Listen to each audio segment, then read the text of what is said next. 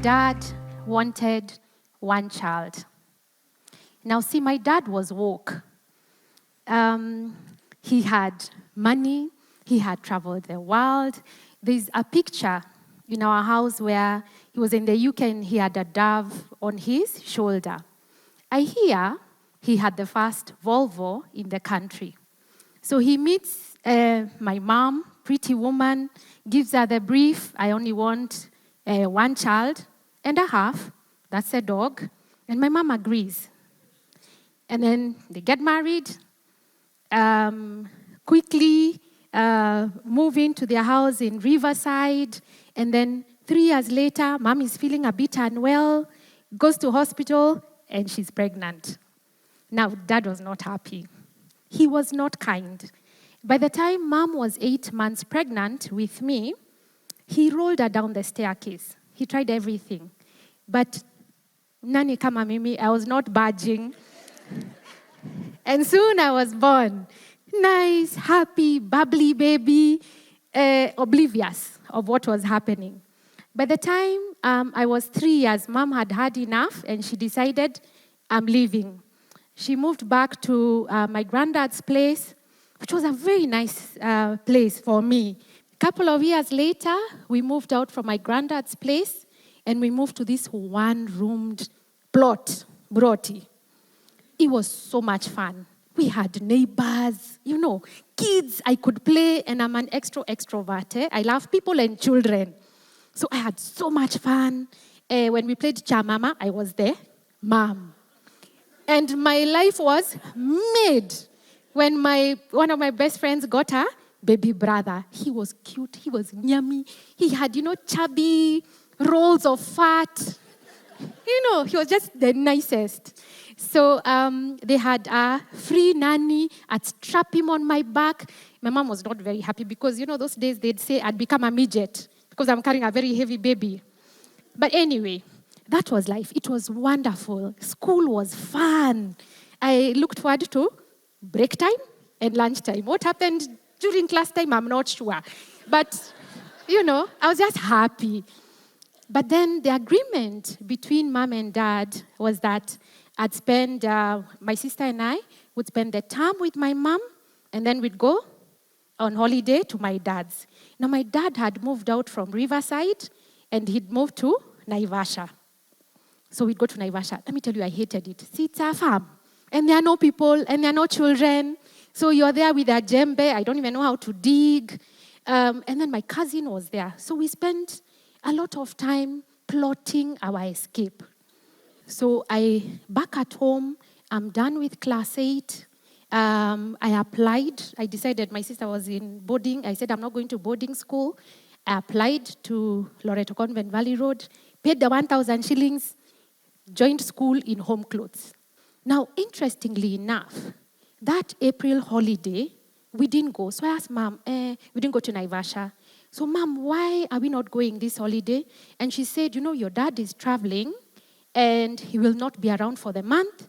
So you guys will stay at home. Let me tell you, joy, happiness, it was the best holiday of my life. But on the 4th of May, second term, we've opened school and Mom came for me.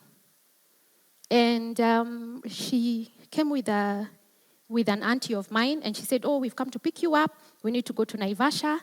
And we were heading to pick up my sister. And my mom was sniffling. So I asked her, Mom, is Dad dead? And she said, yes. What I remember about that funeral season, and he was buried on the 13th, was that I was very tired and I was very sleepy. And I was always wondering, okay, what's happening? So we buried Dad, come back to Nairobi, and I'm still very tired, I'm not well. So I tell my mom, you know what? I think I need to go to hospital. So I go to hospital, they carry out tests. And on the Saturday, by now we had moved to a one-bedroomed house. We're moving on up, So in this one-bedroomed house, she was washing clothes outside in the veranda. So I call her in and I tell her, Mom, there's something on your bed. And of course, she looks a bit excited. But I had planned my escape. I was going to run away. I'd showered, worn my nice jeans dress, Cascade TV. I was ready. I had 200 bob in my pocket. So she went and looked at the tests. I had passed.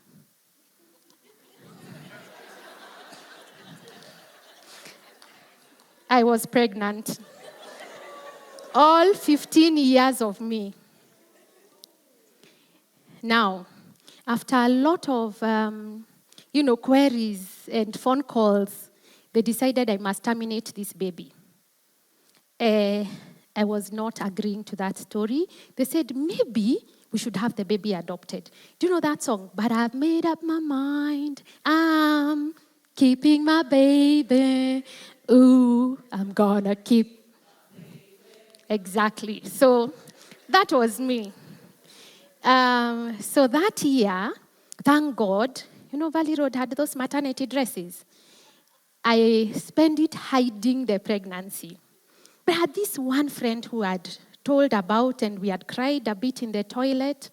And so when I closed in November, I could relax and start eating. I could balloon a little bit, because I used to almost starve myself, because I didn't want people to know I was pregnant.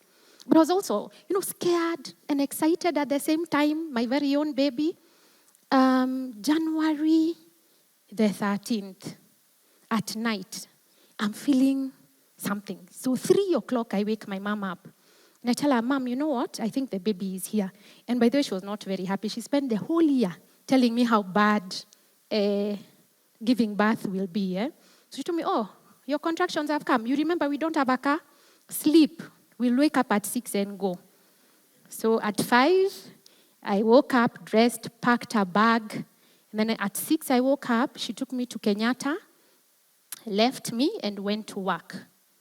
Now, I finally got a bed, but I was sharing this bed with another lady. And by 3, her contractions were so bad. Mine were there. I could manage. I was scared. I'm by myself. But now this woman is crawling on the ground. She's screaming. She's just a bit dramatic. And of course, I'm thinking, oh my God, is that going to be me? But let me tell you, the nurse had it. She gave her one hot slap. She angukad on her side. My contractions ended.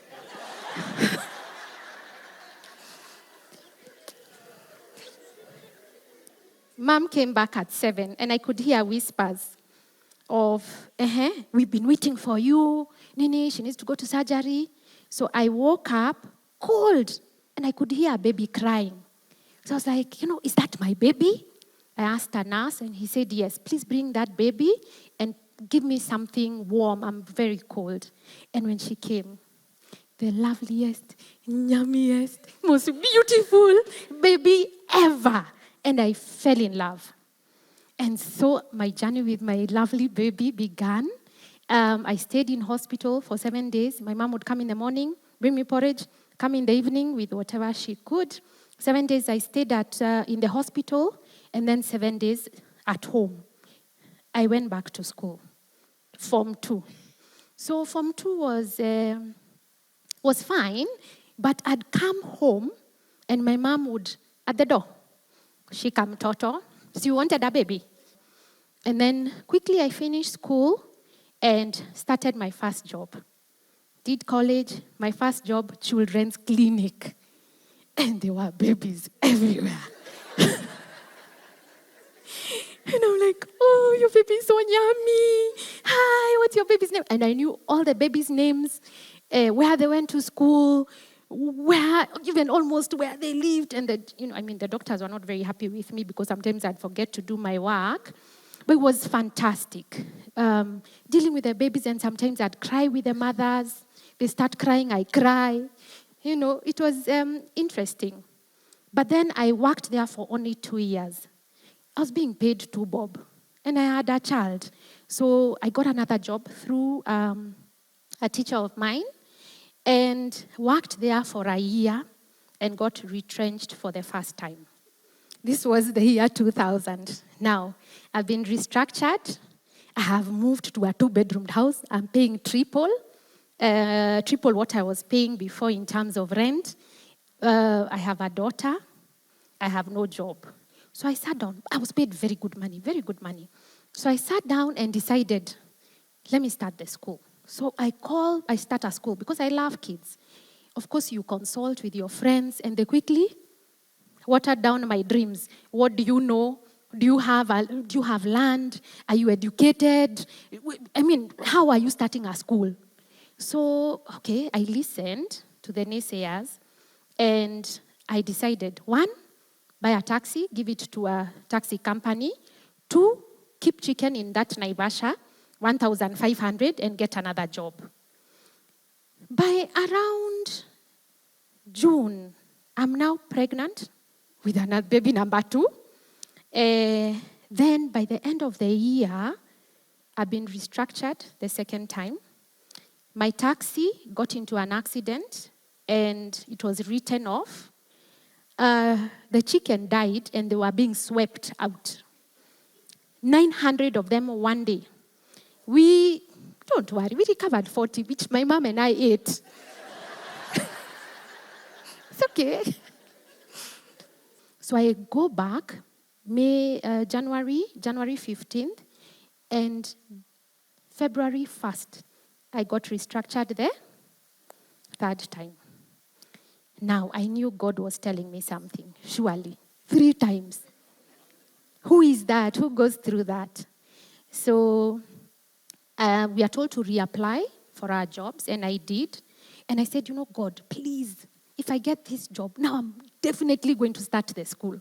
In between, I'd said, I'll start. Then I bought a broti. I'll start. I bought furniture. I painted the house. But this time, I promise I will start the school. So I worked for 3 years. And then in between, I'm doing my research, schools, and I'm very shy. So I couldn't stand in front of people. I started reading in church, second reading, so that I can look at people and, be able to talk to parents and tell them, thank you, today is sports day. And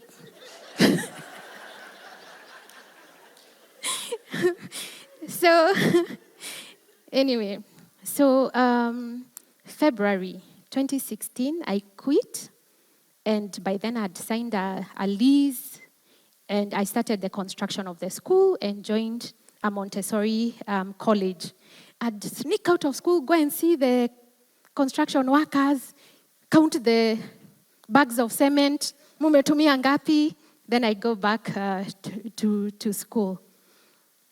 July, we started with mass. Then a friend of mine had done flyers for me, and I stood on James Gishuru, they at the junction, and I'd hand out flyers. And some people would close their window very quickly, munajijua. But others would ask me, so you're starting a school. Where were you working before? I say, I was working at TABL.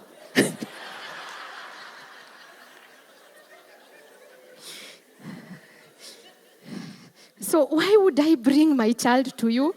I have 4 of my own children. I love children. Trust me.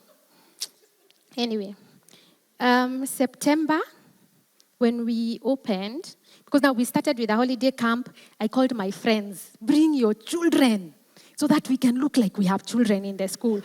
But for free, you bring, everyone bring. So I fed them for free. All they did was drop them off and pick them up. September, we opened school. We started with 16 children. Yeah. And then, and they grew that way. And that was the beginning of the school, and it grew. Come COVID. Just before COVID, I had opened a second branch, still off James Gishuru, and we were very excited about it. September, then March, we started off 2020, we started hearing rumors. And what did I do? I decided, you see those people in Stato buying tissue and toothpaste, my children will go hungry. So I borrowed some money and bought flour, maize flour, rice, sugar for the next term. By then we had 150 children. So for May term, So I have a lot of food. I have borrowed money. March the 15th, we closed. The schools were closed. But I had hope. I was positive. So I had food. When they come back, they will not go hungry. And then we didn't go back. Now, I decided, because I have a lot of food, so I started a feeding program. We'd go to Globe Cinema roundabout and give them food. We started with 30 children. We ended up with almost 200 children. Meanwhile, we are online, we are teaching. Then one of the landlords, the original one, comes one day and locks us out. Now, locks us out, we take him to court. We are not going to dwell on that. The other school cannot hold all these other children. So again, I borrow money. We quickly build other classes. And when we opened on January, I think 6th, we had 170, 90 children and a waiting list of 89. Yeah. Well, the capacity of the school was 150, so 90. We had children in the library. We had children in the staff room. We had children in the sports room. I almost moved out of my office and the reception. But I guess that was God. Then, there was a graduation in 2020. The kids could not leave because they didn't have anywhere to go. Now, after COVID 2021, there was another graduation. But these children, the parents said they are staying. So I started saying, but this is a kindergarten. See, bye, you go.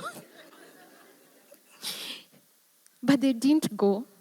So 2022, we opened our primary school. We are Cambridge accredited. We've reached year 7. And I just thank God.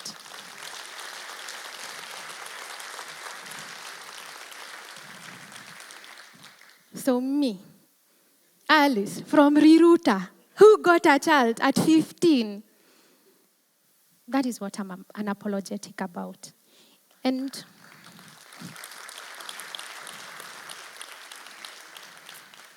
when you find yourself stuck, or you find yourself with some passion, something that is nudging you, you need to do it, please go ahead and do it.